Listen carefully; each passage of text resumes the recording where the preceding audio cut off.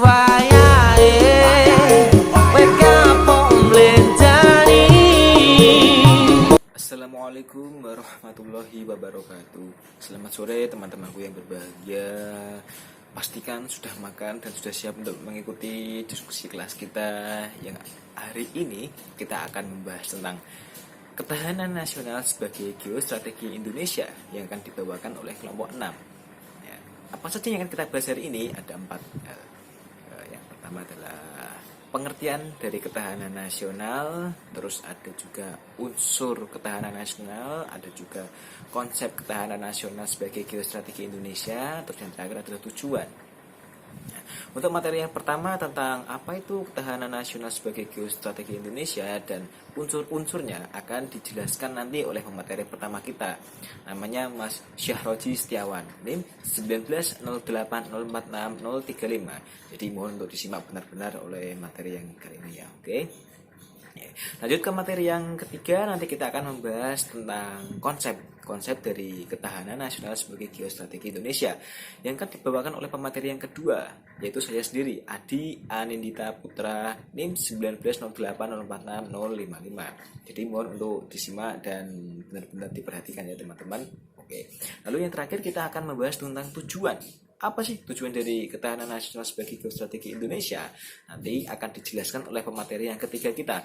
Pemateri yang ketiga ini namanya Mbak Rizky Amalia, NIM 19080460051. Jadi untuk teman-teman diharapkan fokus kepada video pembelajaran kali ini. Untuk sesi diskusinya kita akan menggunakan grup WhatsApp kita. Jadi pertanyaan-pertanyaan tentang hari ini mohon disimpan dulu, dicatat, siapkan bukunya, siapkan apapun yang kita perlukan untuk belajar hari ini. Sesi diskusi kita akan mulai setelah menonton video pembelajaran kita hari ini. Terima kasih teman-teman, tetap semangat untuk belajar. Assalamualaikum warahmatullahi wabarakatuh. Langsung lanjut kita ke video satu ini. Assalamualaikum warahmatullahi wabarakatuh.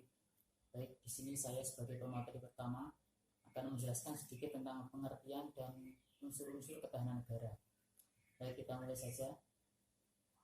Pengertian ketahanan negara merupakan kondisi dinamis bangsa Indonesia yang meliputi segenap aspek kehidupan nasional yang terintegrasi. Ketahanan nasional yang terintegrasi berisi keuletan dan ketangguhan yang mengandung kemampuan untuk mengembangkan kekuatan nasional dalam menghadapi dan mengatasi berbagai macam bentuk ancaman, hambatan, dan gangguan baik itu dari dalam maupun dari luar. Atau bisa dibilang, ketahanan nasional ini menjamin identitas, integritas, kelangsungan hidup bangsa dan negara, serta perjuangan mencapai tujuan nasionalnya.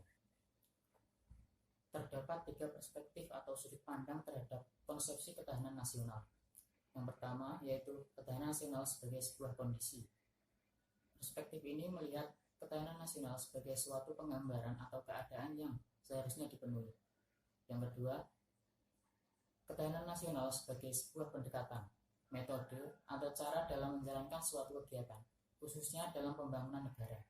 Dan yang ketiga, yaitu ketahanan nasional sebagai sebuah doktrin, artinya konsep ketahanan nasional dimasukkan ke dalam garis-garis besar haluan negara agar setiap orang atau masyarakat dapat menerimanya dan melaksanakannya. Selanjutnya kita akan membahas tentang unsur-unsur ketahanan negara. Di sini terdapat beberapa ahli yang merumuskan tentang unsur-unsur ketahanan negara. Yang pertama yaitu Hans G. Martino. Menurutnya, unsur ketahanan negara meliputi faktor tetap dan faktor berubah. Faktor tetap sendiri meliputi geografi dan sumber daya alam, dan faktor berubah meliputi kemampuan industri, militer, demografi, karakter nasional, dan kualitas demokrasi. Dan yang kedua, menurut James Leary, menurutnya unsur ketahanan nasional meliputi tangible factor dan intangible factor. Tangible factor sendiri meliputi penduduk, kemampuan industri, militer, dan kualitas kepemimpinan. Dan intangible factors meliputi karakter nasional, moral, dan kualitas kepemimpinan. Yang ketiga, menurut Palmer dan Parkins, menurutnya unsur ketahanan negara meliputi moral, kepemimpinan, tanah, sumber daya alam, penduduk, teknologi, dan ideologi. Yang keempat, unsur ketahanan nasional menurut Parkes Chandra, Menurutnya, unsur ketahanan nasional ini dibagi menjadi 3. Yang pertama alamiah, yang kedua sosial, dan lain-lain. Alamiah sendiri meliputi geografi, sumber daya alam, dan penduduk. Sosial meliputi perkembangan ekonomi, struktur politik, budaya, dan moral nasional. Dan yang lain-lain ini meliputi integrasi, diplomasi, dan kebijakan kepemimpinan. Dan yang kelima, unsur ketahanan nasional menurut Albert T. Mahan. Menurutnya, unsur ketahanan nasional ini meliputi sinergi antara potensi demografi, kemampuan ekonomi, militer, strategi, dan kemampuan nasional. Dan yang keenam, menurut Klein. Teori Klein ini sama halnya seperti Albert T. Mahan. Dan yang ketujuh, unsur ketahanan nasional melalui kekuatan nasional model Indonesia. Ini dibagi menjadi 2, yaitu Trigatra dan Pancagatra. Trigatra adalah aspek alamiah yang terdiri atas produk, SDA, wilayah. Dan Pancagatra ini adalah aspek sosial yang terdiri atas ideologi, politik, ekonomi, sosial, budaya, dan Oke, jadi tadi kita sudah belajar membahas tentang pengertian dan unsur-unsur dari ketahanan nasional untuk geostrategi Indonesia. Nah, sekarang kita akan membahas tentang konsepnya. Nah, sebelum itu kita harus paham dulu geostrategi itu apa. Geostrategi merupakan strategi tidak memanfaatkan konstelasi geografis secara negara, secara geografi. Ya, untuk negara Indonesia menentukan kebijakan, tujuan, dan sarana-sarana untuk mencapai tujuan nasional bangsa Indonesia. Jadi geostrategi ini itu sebuah strategi yang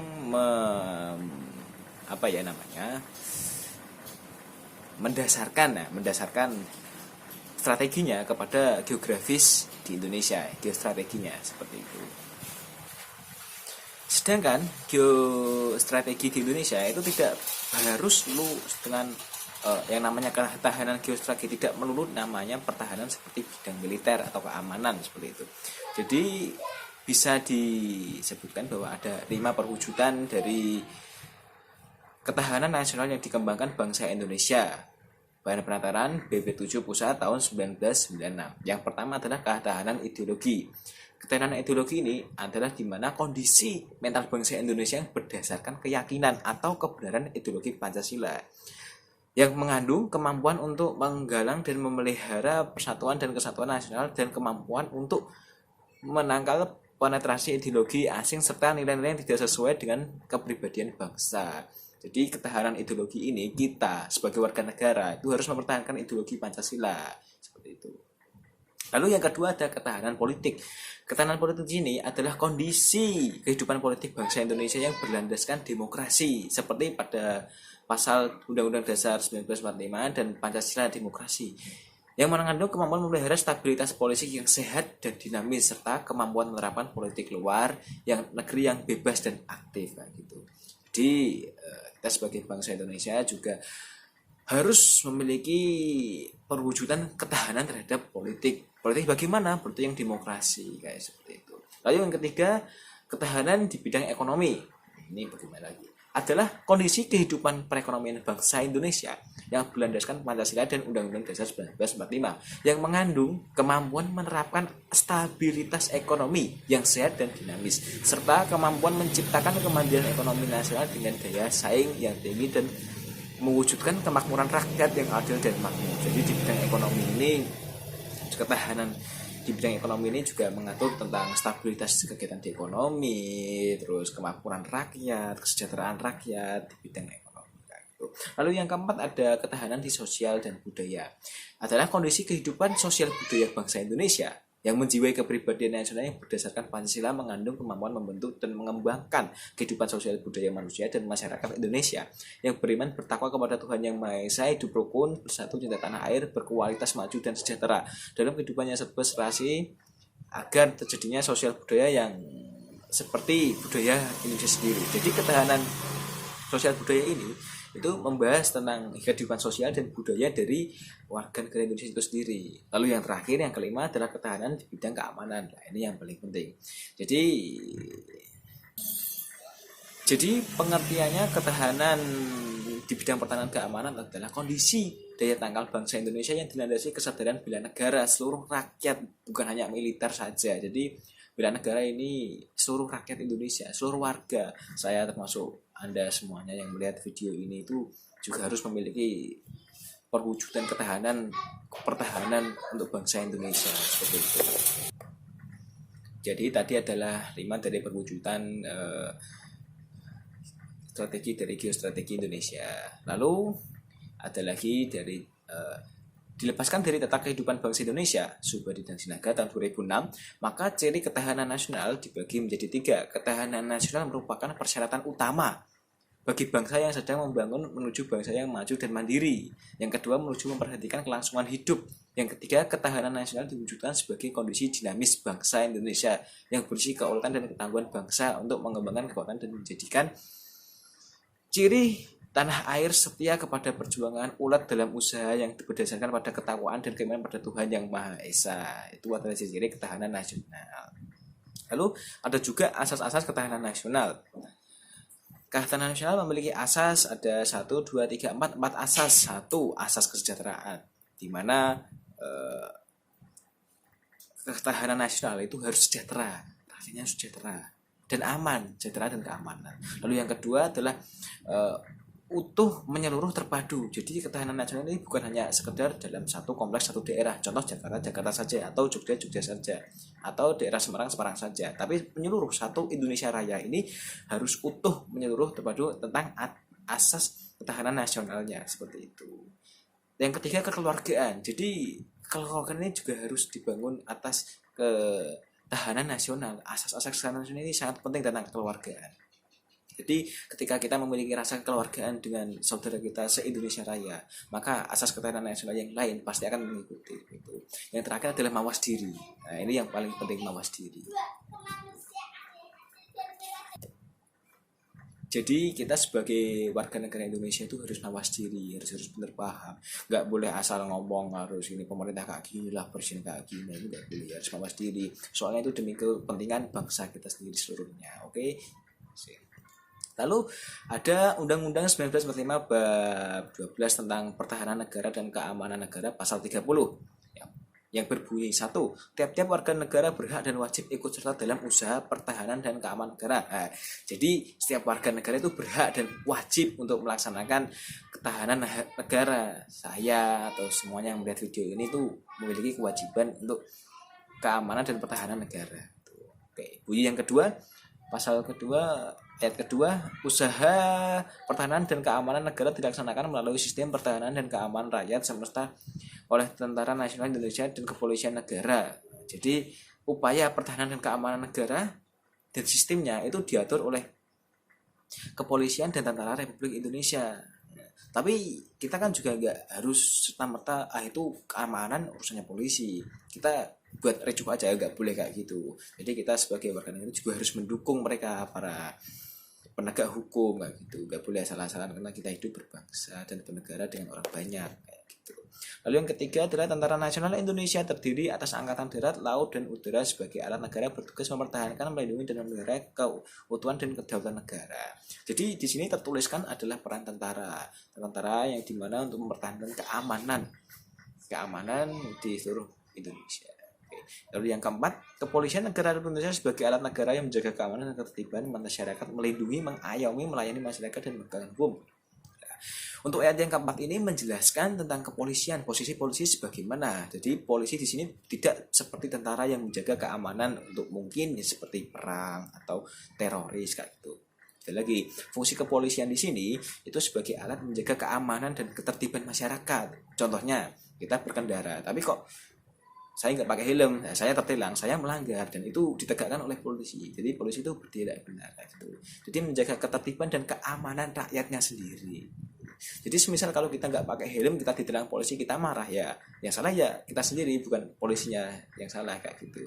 Jadi mohon untuk dimengerti. Oke, yang terakhir ayat kelima dari pasal 30 Undang-Undang Bab 12 1945, susunan dan kedudukan Tentara Nasional Indonesia, Kepolisian Negara Republik Indonesia, hubungan dan kewenangan Tentara Nasional Indonesia dan polisi di dalam menjalankan tugasnya, syarat-syarat kehidupan warga negara dan usaha pertahanan memang diatur dengan undang-undang. Jadi tentara dan polisi itu tugasnya tidak serta-merta langsung angger-anggeran kayak ngono gampang ini.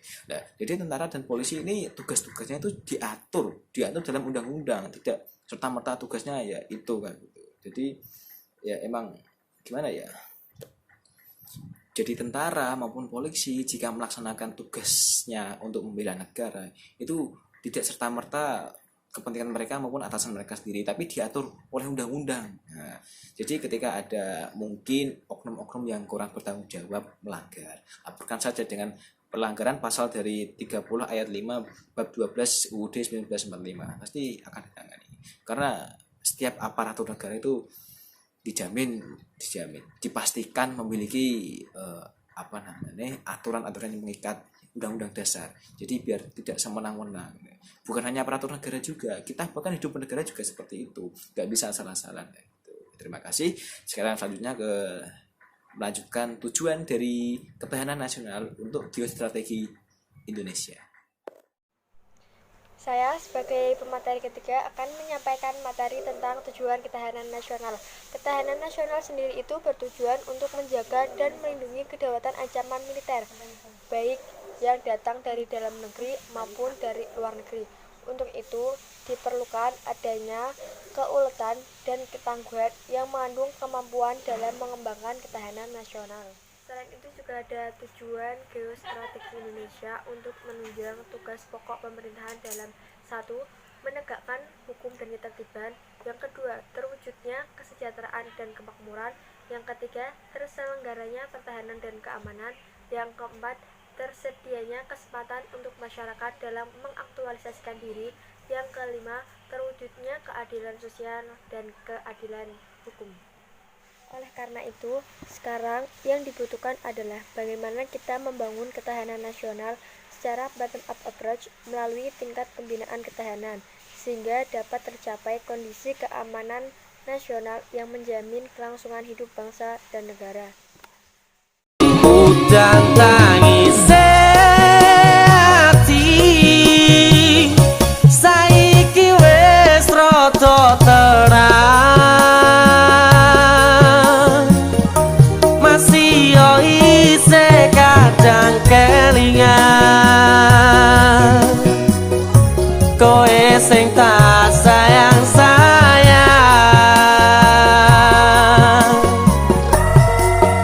saiki mung